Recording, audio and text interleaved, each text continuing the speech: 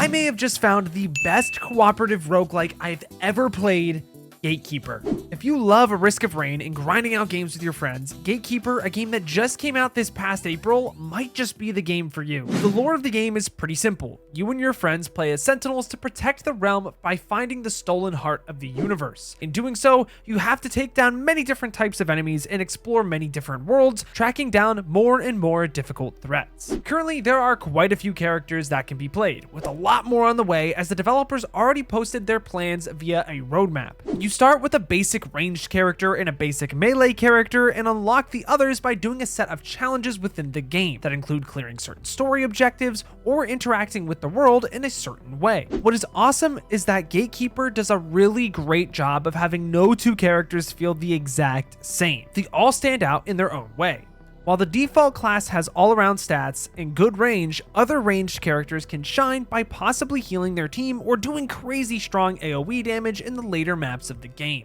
Enough yapping about classes though, I have to leave something for you to mess around with and enjoy, so let's talk about the items in the game. In most other games I review that have this type of system, I don't really talk about the items that much. But the way the developers handled this system in the game was really cool and I loved it. Instead of getting stronger every run by simply using a currency system, getting better upgrades and items is actually tied to the achievements within the game itself. So for example, to unlock a certain perk to drop, you have to do something like complete a run of the game or beat the first level without taking any damage, etc. I find this super interesting and fun because it keeps every run fresh before you complete everything, where you then get the satisfaction of pushing yourself to see how far you can go. While I am glazing the game a lot here, just understand it's not without its problems. I was really concerned about how this game would feel as a solo player as opposed to a group, as it is pretty heavily advertised this way. I can say I was pleasantly surprised by the experience, but I wasn't completely wowed either. The best of this game really comes out with the synergies between abilities in different kits rather than each kit stand alone, because in solo, you are pretty much stuck to a few classes that work on their own.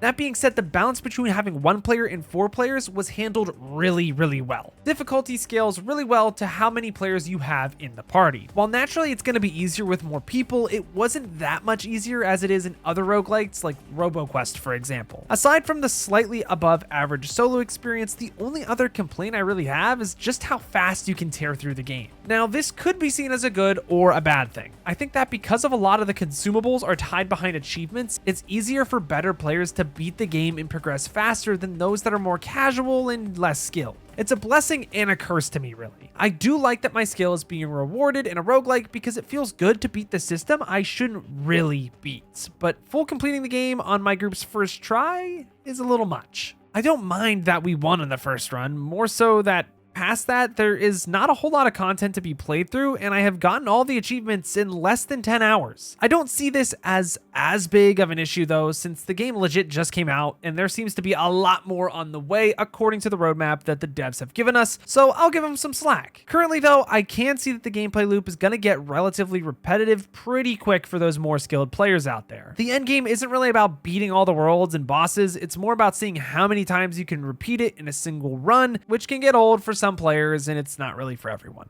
Aside from the gameplay itself though, how did the developers of Gatekeeper deliver the sensory experience of the game both visually and auditorily? Starting with what you can see on screen, I admit that it's not super crazy, but I kind of like that. I like how I can make sense of everything on screen, but it doesn't look too terrible either. What it looks like to me is if you took Hades and simplified it quite a bit and really focused on polishing the feel for the player. That being said, there are some standout animations in the game, like when your character loads into a map. My main burns down from the sky like a meteor and it is super dope. Not to mention that some of the abilities look super sick as well. Shifting our focus to the music and audio design, the game has some serious bangers to it. I mean, there's some times that I actually felt my foot tapping to the music as I was slicing my way through hordes of enemies. But just like the visual design, I feel like I was listening to a slightly worse version of the RoboQuest soundtrack, which, like, come on. RoboQuest is a really tough game to beat when it comes to the music. That game has some bangers, and so does Gatekeeper. I just couldn't sing you some of the songs from Gatekeeper from my memory, while I definitely could for RoboQuest, as that game is iconic. In terms of how audio interacts with the characters in the environment, I think the devs did a really good job here. Again, I don't think there is anything too crazy going on, but it is simple and it works. It tells you when you are doing a good thing, or when you could be using different abilities better, and I like that. Okay, I'm going to glaze my main just one more time. But nothing sounds more satisfying than throwing a flaming wheel through a horde of enemies. It's just chef's kiss. It is really important to discuss a question though. Does Gatekeeper really innovate on the genre? I would say both yes and no. I think it does an excellent job of perfecting the cooperative roguelike style of game and feels great to play. However, I do think it shares a lot of similarities to a lot of other hot games in the genre right now. It shares similar visuals to Hades, similar audio design to RoboQuest, and a similar gameplay loop to Risk of Rain, as I have heard, just top-down instead. With all of the differences and elements combined, when I put more thought into it, I do believe that there is enough that sets the game apart to truly be its own separate entity.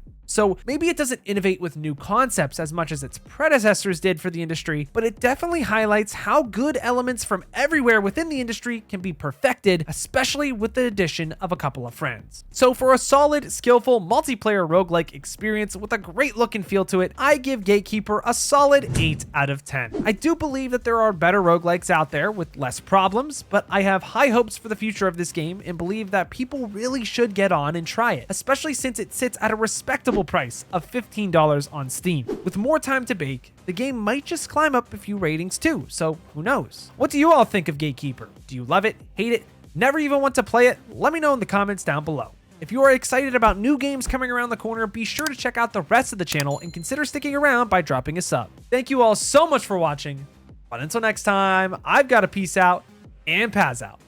I'll see you in the next one.